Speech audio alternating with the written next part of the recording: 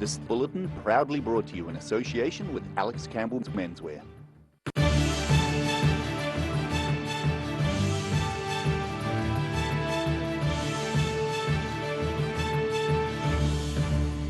Tonight on the South Today, the number of new COVID-19 cases in Auckland continues to fall as the Prime Minister announces new vaccine supplies.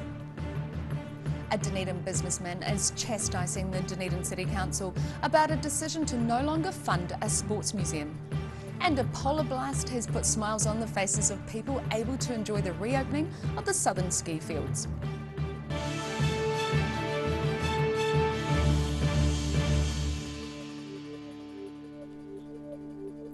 Kia ora, good evening, I'm Melissa Barton. The Prime Minister says there's no need to be worried about supplies of vaccine against COVID-19. Jacinda Ardern announcing this afternoon New Zealand has signed a deal with Spain for 250,000 COVID-19 vaccine doses to come to Aotearoa. At this afternoon's COVID-19 media briefing, the Prime Minister says 250,000 COVID-19 jabs are due to arrive from Spain soon. Last night we completed the final details of an agreement with Spain, which will see New Zealand receive over 250,000 doses of the Pfizer vaccine, in addition to our scheduled deliveries. Those 250,000 doses departed Madrid at 1 a.m. New Zealand time and are due to arrive in Auckland tomorrow morning. Jacinda Ardern says she's been following the ship's movements on Flight Tracker, and she says the government has also negotiated another deal for additional supplies.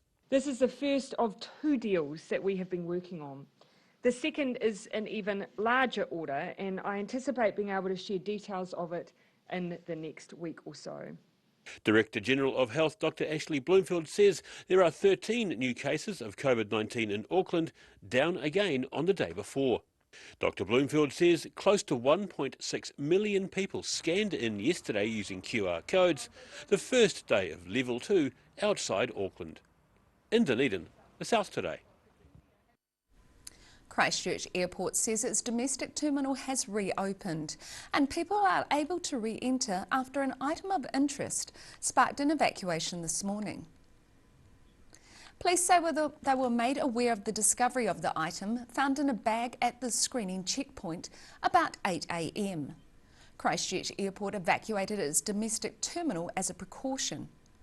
The Aviation Security Service told media one of its officers identified what looked like an improvised explosive device, or IED, at one of the security screening points in the airport.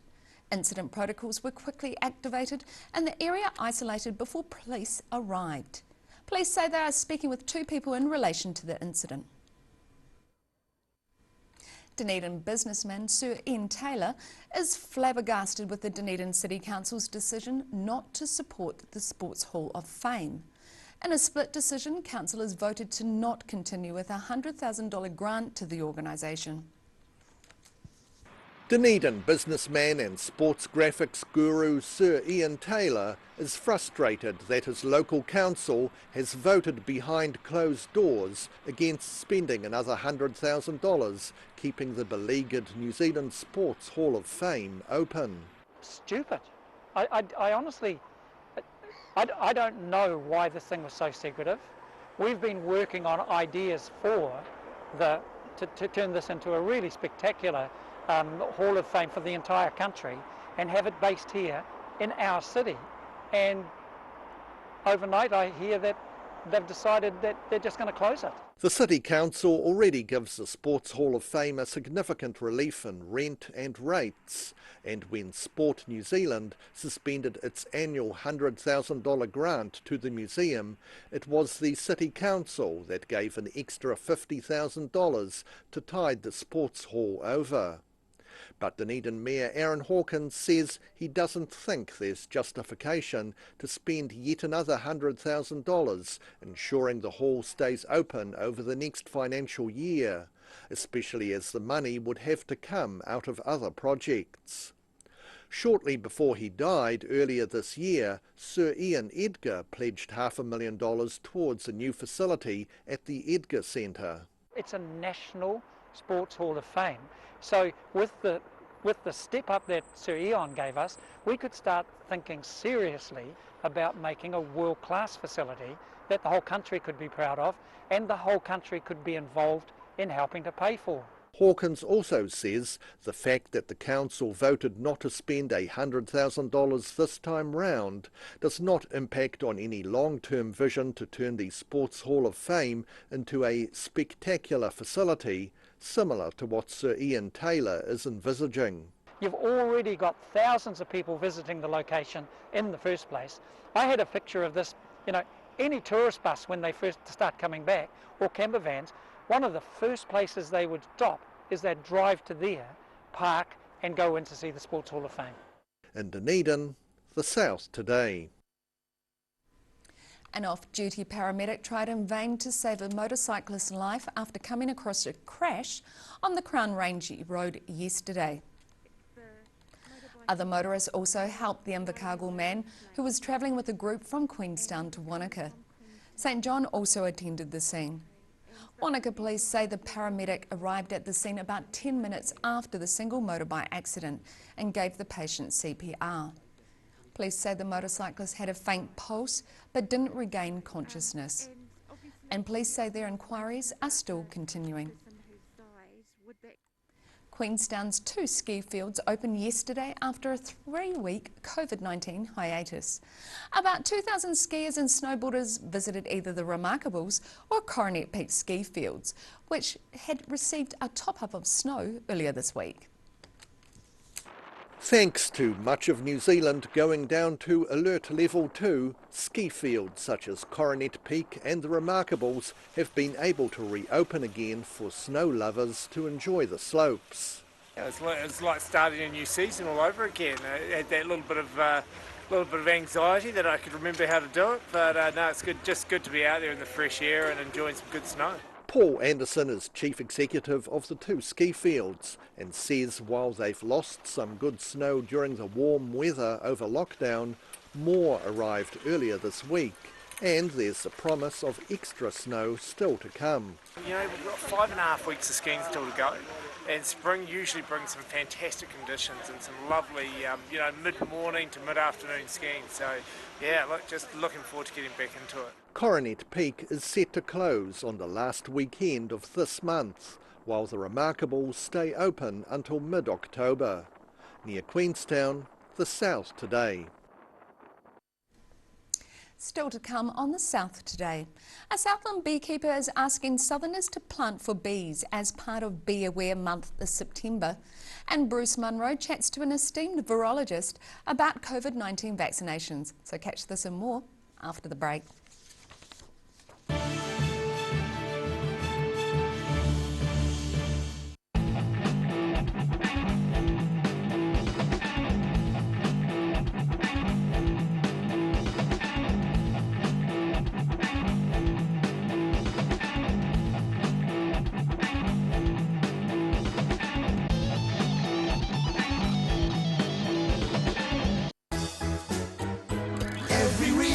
Every season, we're proud to dress the region. Alex Campbell Menswear, it fits. If you're at risk of developing melanoma skin cancer, you owe it to yourself to have a mole map. Mole map is coming to your area. Phone today to make an appointment. It could save your life.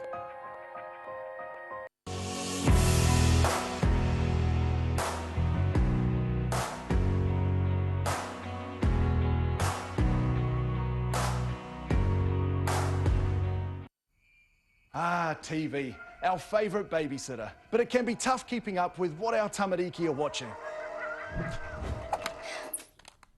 Luckily, the Broadcasting Standards Authority has made some smart changes to the classification labels. Ooh! Plus changes to the time of day certain rated shows will air and awesome new parental lock features, meaning your babysitter's job is safe. Find out more at safeviewing.co.nz. September is Sleeptopia, so that means it's time to wake up, Dunedin, and save money. John's taken 25 to 50% off all bedroom furniture and beds. And John knows beds. Every spring, every foam, and all the sizes in stock and available today. For expert advice and unbeatable customer service, see the sleep specialists at John's Furniture Warehouse, Stafford Street, and online. Where did you get that furniture from? Stafford Street. And my mate John.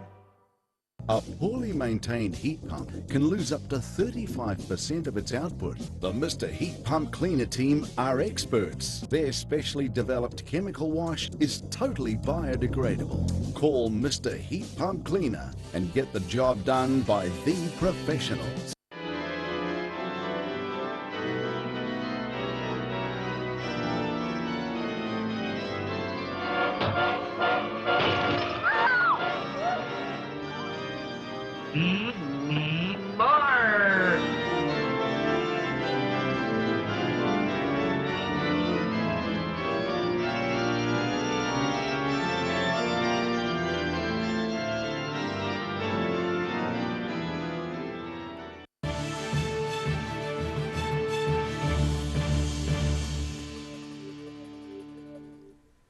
Welcome back.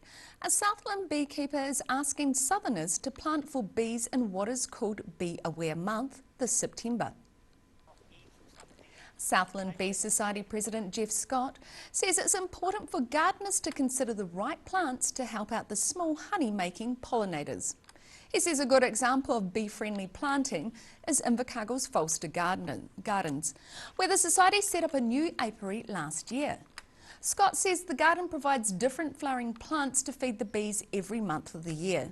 Some of the best bee-friendly trees are citrus and pip fruit or native plants such as harakeke or rirorira. Just over $1 billion has been allocated for the next 3 years to maintain and improve roads across Otago and Southland. Of that money, over $60 million will be spent on specifically making some roads safer. This includes safety improvements on State Highway 1 between Palmerston and Herbert. Planned investment in Dunedin includes almost $20 million for further urban cycleways. And work is expected to start soon on an almost $30 million two-lane bridge over the Clutha River at Beaumont. The new bridge will replace the current 140-year-old single-lane bridge. As New Zealand attempts to stay on top of vaccination rates to combat COVID-19, an esteemed virologist says New Zealand should delay a widespread third vaccine booster shot. Professor Robert Webster says it's more important for developing countries to be given access to vaccination shots to prevent COVID-19 from possibly mutating into a much more lethal variant. He caught up with Bruce Munro via Zoom. Welcome, Robert. Do you support the World Health Organization's call for developed countries to delay COVID vaccine booster shots until more people are vaccinated in poorer countries? I fully support the idea of WHO. It's a global problem, and while every country is interested in protecting itself, we live in a global community. And unless we provide protection for the whole globe, we're not going to win this battle. And that's all about it. I mean, we can give small amounts of vaccine to developing countries, but we've got to think globally.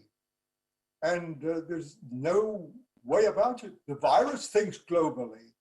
And the difficulty is that if we don't think globally, this virus is going to win the battle. By not prioritizing getting the whole world vaccinated, are we increasing the likelihood of this virus mutating and becoming something much more deadly? Or is that a far-fetched concern? No, unfortunately, it's not far-fetched. These viruses are notoriously active at evolving. And this virus will continue to evolve. We hope that it doesn't become the super spreader and super killer. But unless we get everyone protected, we're going to be faced with the possibility of a much worse pandemic. What other vaccines in development look promising? I've heard that India is just putting out a DNA vaccine. And of course, DNA vaccine is very close to my heart because I was involved in the very first development of the DNA vaccine with Harriet Robinson in the United States. And in fact, I've wondered why some company hasn't already started to use the DNA vaccine. The big problem with DNA vaccine and mRNA vaccines is to get them into the cell. But the nanoparticles that are available now have let that happen. So I'm going to be very interested to follow the studies in India on the DNA vaccines. New Zealand might consider ordering some. In terms of international trade and travel, what do you think the new normal will look like? And when will we get there? I wish to God I knew. I don't know. Until we get the population of the world either naturally infected or vaccinated, we won't know. Sorry, I will follow it just as actively as possible. But the virus knows, we don't. And we are not being very sensible on a global scale. Thank you, Dr. Webster. And thank you for watching. Noho ora mai. Still to come on The South Today, we catch up with the Otago-based motocross world champion Courtney Duncan, and we take a look at tomorrow's weather for you. So see you after the break.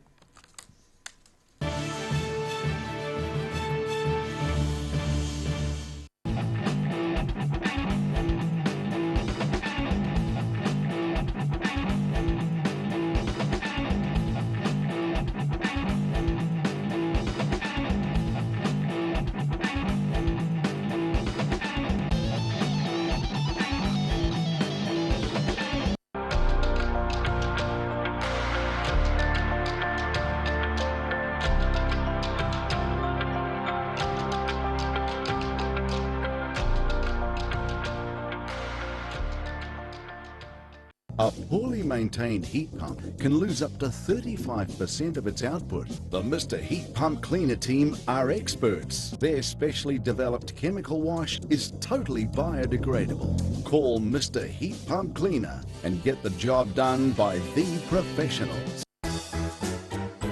Every reason, every season, we're proud to dress the region. Alex Campbell Menswear, it fits. If you're at risk of developing melanoma skin cancer, you owe it to yourself to have a mole map. Mole map is coming to your area. Phone today to make an appointment. It could save your life. September is Sleeptopia, so that means it's time to wake up, Dunedin, and save money. John's taken 25 to 50% off all bedroom furniture and beds. And John knows beds. Every spring, every foam, and all the sizes in stock and available today. For expert advice and unbeatable customer service, see the sleep specialists at John's Furniture Warehouse, Stafford Street, and online. Where did you get that furniture from? Stafford Street. And my mate John.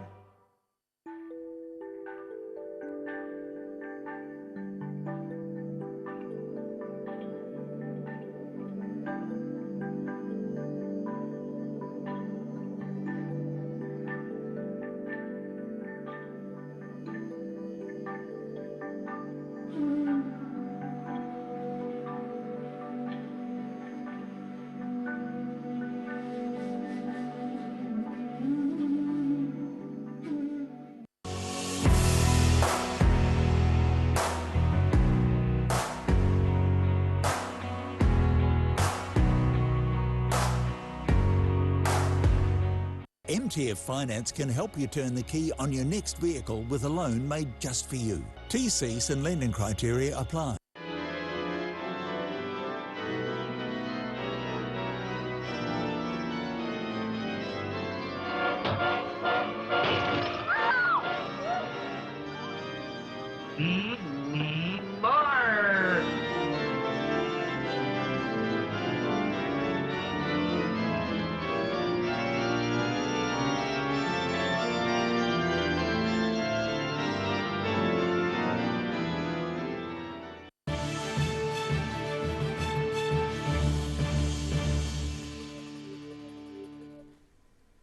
Thanks for staying with us.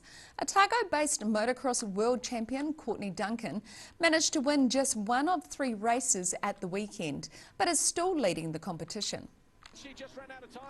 Duncan won the first moto in the 3-race series, finishing behind Italian Chiara Fontanesi in 2 races at the MXGP in Turkey. 6-time world champion Fontanesi claimed her first 1-1 result since 2018. Duncan walked away from round 4 of the Women's Motocross World Championship, still holding on to the competition's red plate by 9 points. Always her harshest critic, Duncan says she needs to work on bringing the intensity earlier to the races to settle into her own rhythm. When Jo Massey was younger, she thought of museums as stuffy places of no interest to her. But a chance visit to the Southland Art Gallery and Museum changed her outlook on the collections of history that are archived in museums across the South. For the past 15 years, Jo Massey has been the Southland District Council's roving museum officer, helping the wide range of museums across the South in their efforts to preserve and exhibit local history. But Massey says she hadn't originally considered working in museums as the sort of job she'd like. When I was looking for a job, I didn't know what I wanted to do, and I went to visit a friend who was doing a restart program at Southland Museum and Art Gallery, and she was assembling kiwi bones, and she was like, "Oh, this is really boring," and I was thinking, "Oh, that's amazing! I'd love to be able to do something like that." You know, what are you doing? Because I think it's because I liked puzzles, but. And it just fascinated me that they were doing that sort of thing. So that was my started my desire to actually go and see what museums did. Before that, I thought, nah, boring. Massey's work sees her cataloguing and archiving artefacts and records of the region's colourful past. And even while she can spend months working in one museum, she says her work is varied and no 2 days are the same. Sometimes we'll have an amazing story and you won't have the objects, and sometimes you'll have the amazing objects and you want to tell the stories. And when they all come together through research, or they just come in out as blue sometimes, telling that story is, and when it's a story the community wants to tell, it's amazing. Yeah, really special. Massey says provincial museums rely on the hard work by volunteers who work as custodians of their community's heritage. I think I'd like to say that I have a great and increasing and continual admiration for those volunteers that do this work in the museum. Their talents, the jobs that they do, it's amazing. In Southland, the South Today. And now recapping tonight's top stories on the South Today. The number of new COVID-19 cases in Auckland continues to fall as the Prime Minister announces new vaccine supplies. A Dunedin businessman is chastising the Dunedin City Council about a decision to no longer fund a sports museum. And a polar blast has put smiles on the faces of people able to enjoy the reopening of the southern ski fields.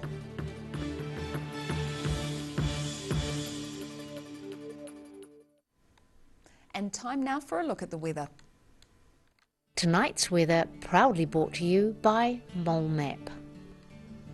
Beginning with the southern view, a near perfect spring blossom on an out of focus background.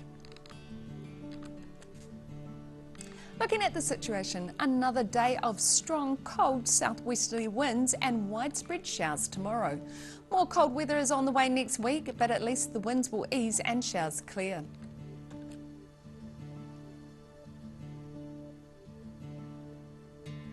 Starting at the northwest of the South Island, rain and high winds for this region with 14 degrees in Greymouth and Westport. Moving to the northeast, rain and a high wind continues here with 16 degrees for Nelson and Blenheim.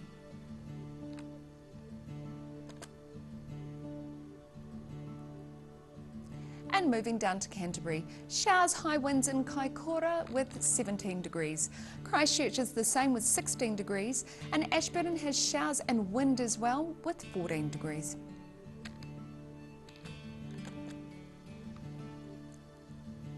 Moving to the southern towns, strong southwesterlies and showers for all in this region with 10 degrees for the Catlins.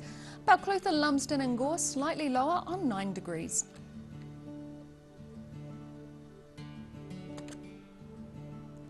Moving to the Central Lakes area, it's a wet day for all here with showers and decreasing westerlies for Wanaka, Queenstown and Alexandra. Wanaka and Queenstown both have a high of 10 degrees while Alexandra reaches 12.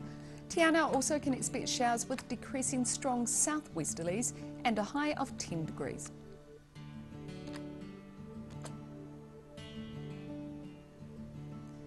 To the northern towns, strong westerlies and rain clearing on the coast with 15 degrees in Timaru and 14 degrees for Oamaru. Inland it's wet with showers and decreasing westerlies, looking at a high of 10.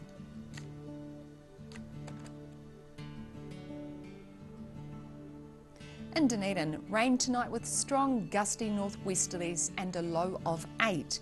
Rain easing to frequent showers tomorrow, but showers will ease later in the day. Looking at fresh to strong gusty westerly winds with cooler temperatures. The showers will clear tomorrow evening. A high of 13 and a low of 6. And it's mostly cloudy with more showers on Saturday. Expect fresh to strong cold westerly winds which die out later in the day. A high of 10 and a low of 6.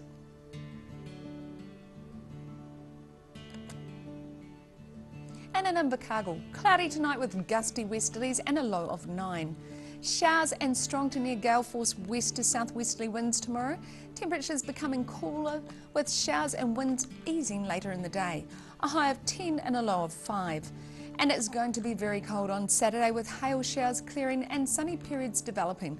Looking at some fresh southwesterlies as well. A high of 9 and a low of 4. And that's all from the South Today team for this Thursday. For the latest news from across the southern region, head online to odt.co.nz. Don't forget to join Channel 39 on Facebook and YouTube. Remember to like and subscribe to receive notifications of up-to-date content. Thanks for joining us. Ka kite anō.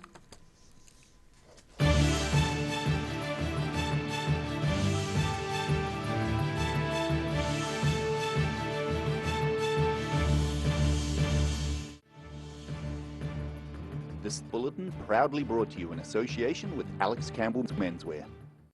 Supporting local content so you can see more of New Zealand on air.